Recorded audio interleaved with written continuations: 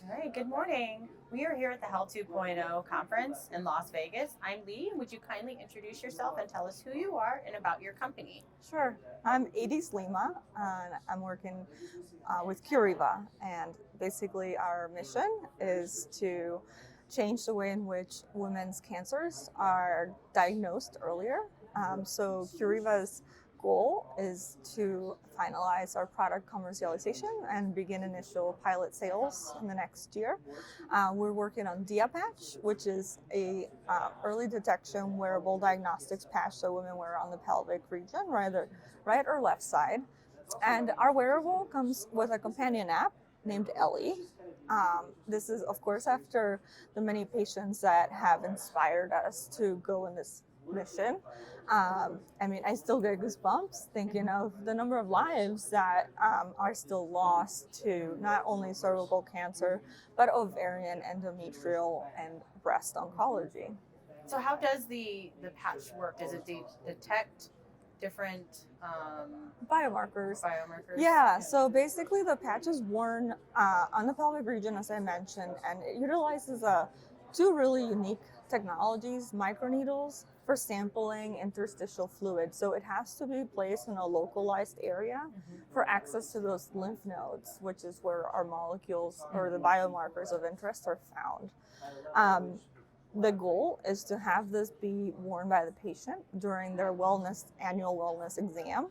So instead of getting a pap smear or a colposcopy, they wear our patch, and the results can be given that same day. So as early as 30 minutes, we're able to know 5 to 7 different biomarkers that are directly associated with cervical cancer initially, and then later on it would be ovarian, endometrial, you name it. So, is this a patch that can be sent to the patient's home and they could do it via telehealth? We're thinking we're exploring that avenue, but it would be prescribed by the doctor, and then definitely that telehealth component would exist, whether it's via our Ellie app, in a chatbot approach, or face to face, virtually with the doctor. We do believe at Curiva that a diagnosis of cancer is still something that is very difficult to understand and cope with. So we don't just want to leave it up to the doctor. Like even COVID, now we have the test strips, and at the beginning of the pandemic, if I had to even get screened or checked, it was really overwhelming. So we want the patient to have our support and the support of the doctors or the Ellie app every step of the way. And speaking of the patch, how do you see the vision of Curiva and the wearable DiaPatch and the companion app, Ellie app, being 5 years from now? Wonderful question. Thanks for asking. We are working really hard to basically position ourselves in the being a leader in the femtech space and being a platform technology. So we're starting out with cervical cancer, but there's been a lot of interest from not only gynecologic oncologists, but from gynecologists, medical family practices that say have a niche in the OB-GYN area, or not even a niche. They're seeing their patients on a yearly basis, and they're struggling with this. We certainly want to expand into other areas of indications, such as what I've mentioned before in the women's health cancer space, perhaps even maternal fetal medicine. There are women that are pregnant and then get cancer during their pregnancy, or have cancer and get pregnant. And so we are still, I think the scientists and engineers and providers and surgeons, it's an area that it's underexplored. So we want to position our product to really benefit those spaces as well. And not only that, globally. I mean, with cervical cancer, we're starting out there mainly because 300,000 women die annually of cervical cancer. So if us at Curiva with DiaPatch can make even a small dripping effect in this ocean, so capturing even 1%, saving 30,000 lives, I think in year 1 or year 5, that would mean the world to everyone That's in our significant. team. Yeah, Yeah. exactly. Hugely significant. Great, thank you. And then, are you currently fundraising, and if so, how much? Yes, we're fundraising to get our minimum viable product into the very first pilot clinical trial, which would be conducted with our clinical collaborators, either at Mount Sinai or Yale or any other center that's interested. The goal right now is to get $2 million that will get us to meet that milestone. So far, we have had 3 investors participate, and of course, our initial angel investors, so 4 whole angels.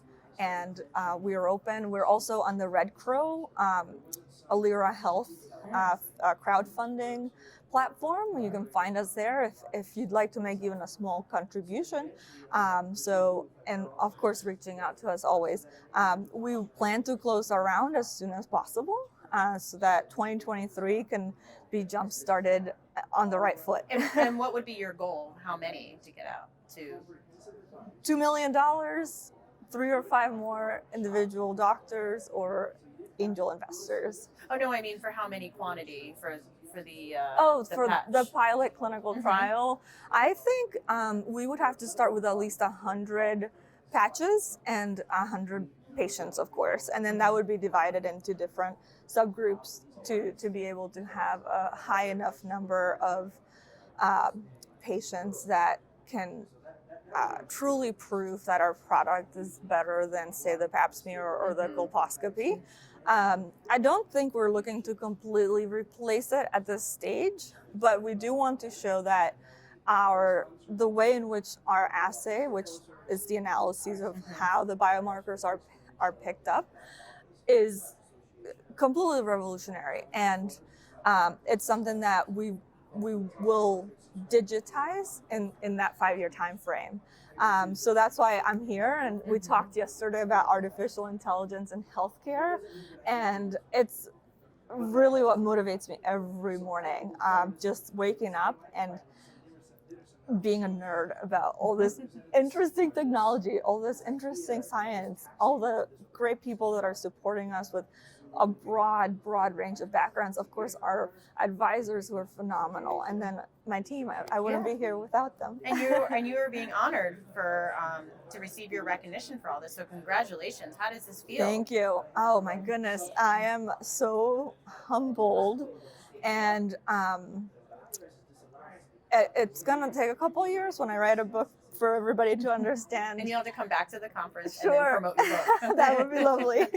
For everyone to understand a little bit about Eydis as an individual and an entrepreneur turned engineer. But I am Cuban American, and I am so incredibly thankful to my parents.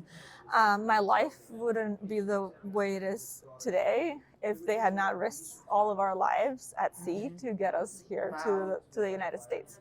And then my career was truly transformed by the ovarian cancer research work that I did at Yale University with Dr. Gilmore, and he's still a phenomenal mentor and is part of our advisory board.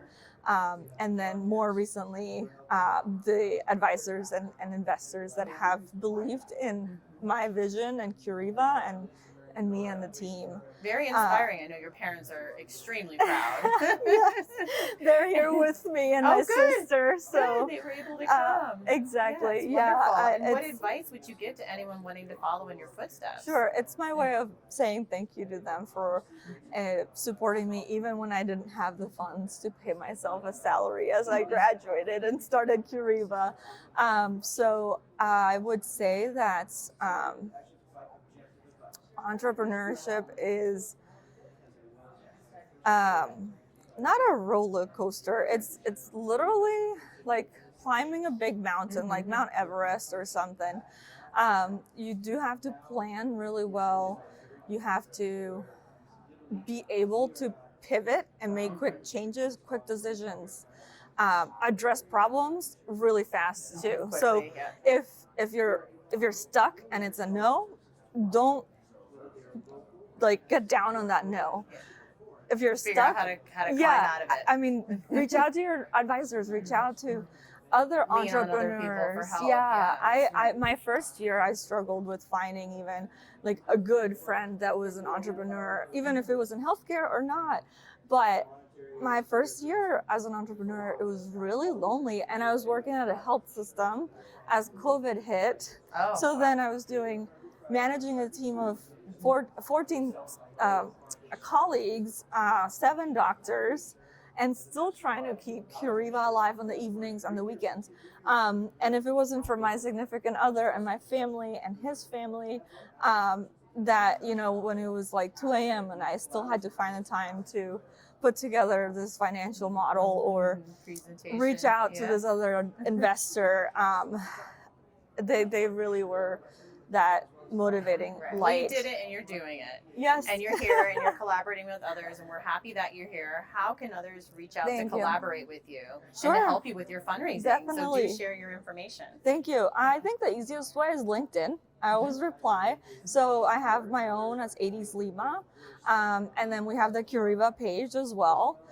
We have our website, which is www.curiva.co for company.